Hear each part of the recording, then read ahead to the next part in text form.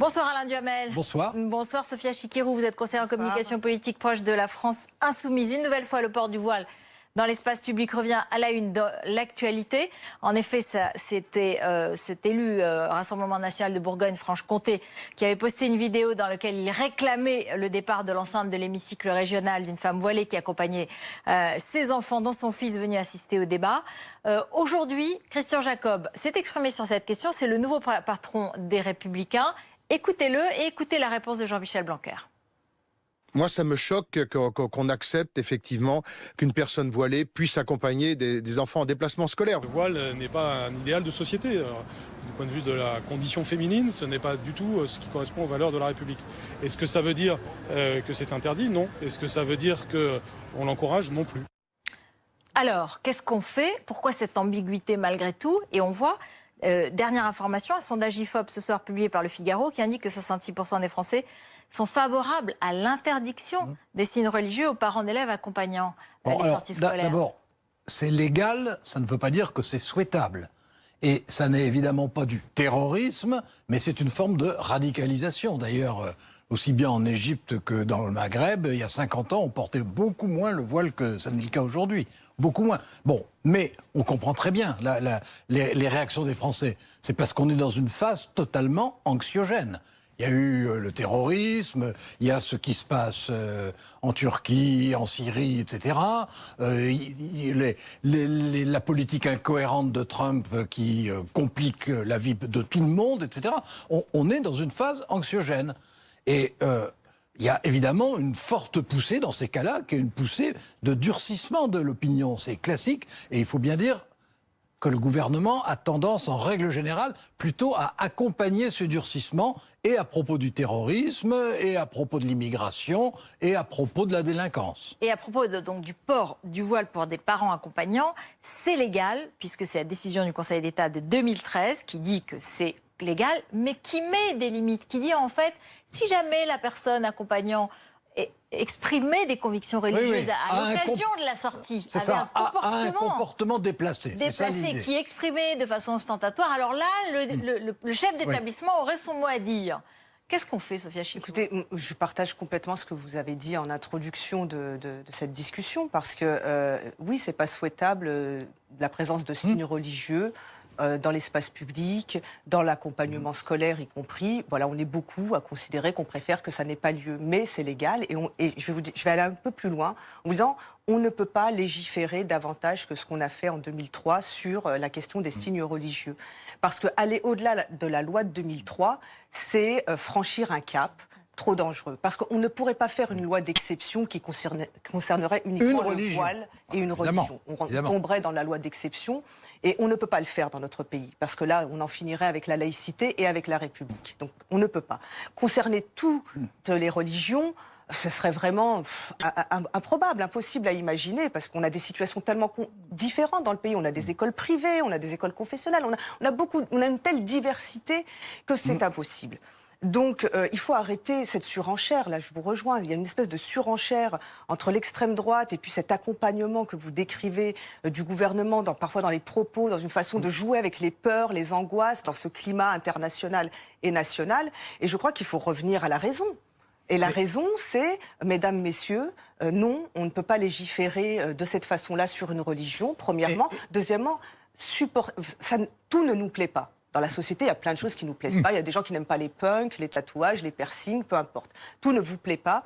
Vous ne pouvez pas vouloir tout contrôler ou exprimer votre contentement à chaque fois. Alors, moi, ce que je crois aussi, c'est que de toute façon, face à la radicalisation, ou la tentation de la radicalisation, ça n'est pas l'histoire du voile des accompagnateurs qui est au cœur des choses. Il y a beaucoup d'autres choses beaucoup plus importantes à faire, dont on parle, franchement, il ne s'agit pas de vieillir tout le monde ici, mais on en parle depuis 20 ans, 30 ans, et on ne le fait pas, quelle que soit la gauche, la droite, des gouvernements réformistes, des gouvernements conservateurs.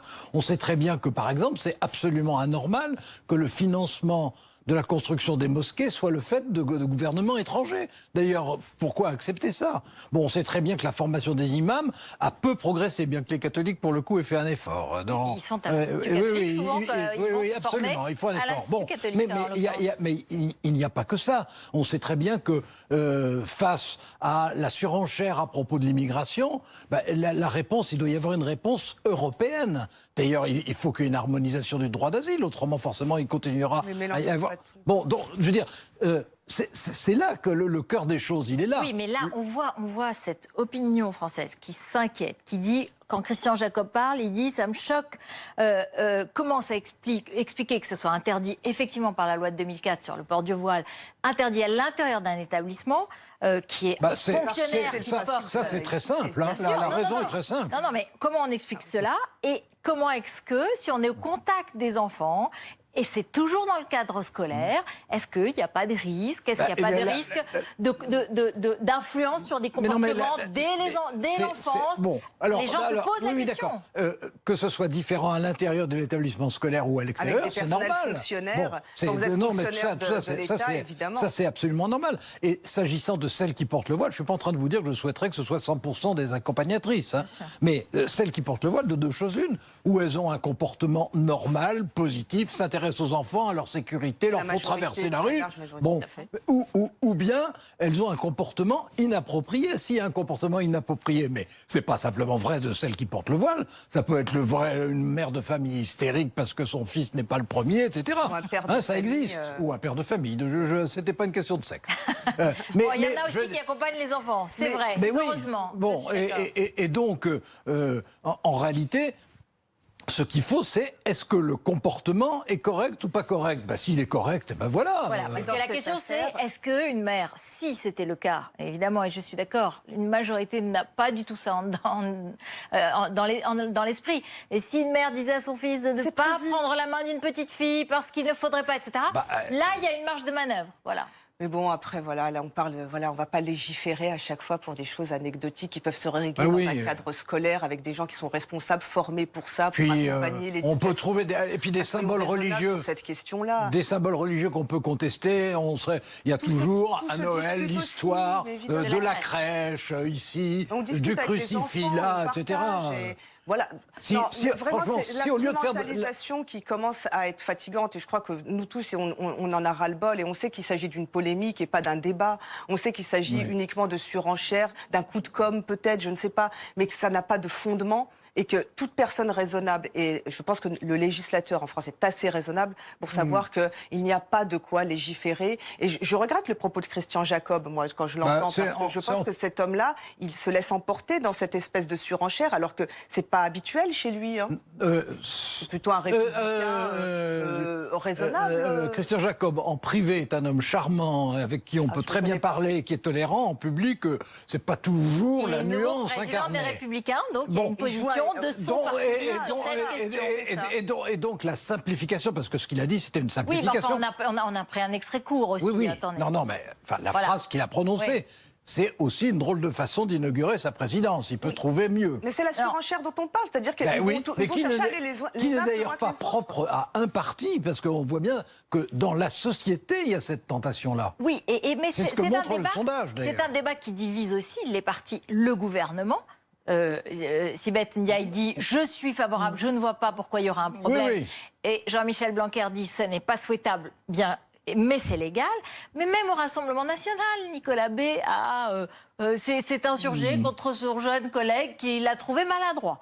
Et donc on voit bien que... S'il y a un parti politique en France qui colle avec une certaine religion aussi, il y a beaucoup de gens catholique ou d'une certaine frange de catholiques qui se reconnaît dans le Front National et vice-versa. Je fais référence plus à Marion Maréchal. Oui, c'est ça, c'est plutôt Marion Maréchal. Et à Nicolas B. Donc oui, forcément, il y a une espèce de façon de dire, mais attendez, vous savez que vous pouvez aller très loin dans ce cas-là. Parce qu'il sera impossible en France, en tout cas je pense que c'est impossible, compte tenu du fait qu'on est en République encore, etc., de légiférer sur un rapport à l'extérieur de l'établissement scolaire.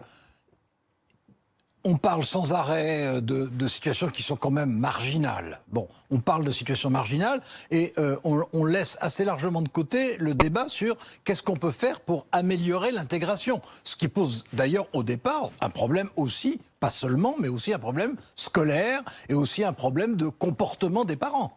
Mais pas que, Monsieur Duhamel. Mais je n'ai pas dit pas que. Oui, mais l'intégration. J'ai dit déjà ça. Oui, c'est déjà une question. Mais l'intégration dans notre pays, elle est passée beaucoup par ce qu'on a appelé depuis quelques années la politique de la ville, c'est-à-dire l'organisation de l'espace urbain par la puissance publique, d'accord. Et or, je ne sais pas si vous vous rappelez de quand date la dernière loi de politique de la ville. C'était la loi de cohésion sociale de Borloo. Oui, oui, bien sûr. Donc c'est 2004 ou 2005. Oui, oui. Absolument, oui. Voilà. Donc ça fait 14 ans qu'on n'a plus posé cette question justement de l'occupation de l'espace public, de l'intégration notamment par la politique de la ville. Et alors, excusez-moi, mais vous dites la même chose que moi. Le mot de la fin. Hein, vous dites la même chose que moi. Mais vous avez dit la même chose tous les deux, c'est-à-dire que c'était, comme vous le dites, une polémique et pas un vrai débat. Voilà. En tout cas, il y a la loi. Et qu'il ne faut pas se concentrer sur l'apparence, il faut voir si les comportements des accompagnatrices sont corrects ou pas. S'ils sont corrects, mais on ne va pas l'expliquer non plus. On va laisser les personnels encadrants, directeurs d'école en qui on a confiance, qui en général faire font très bien leur métier. Voilà. Merci beaucoup, merci à tous les deux. C'est le 20h politique.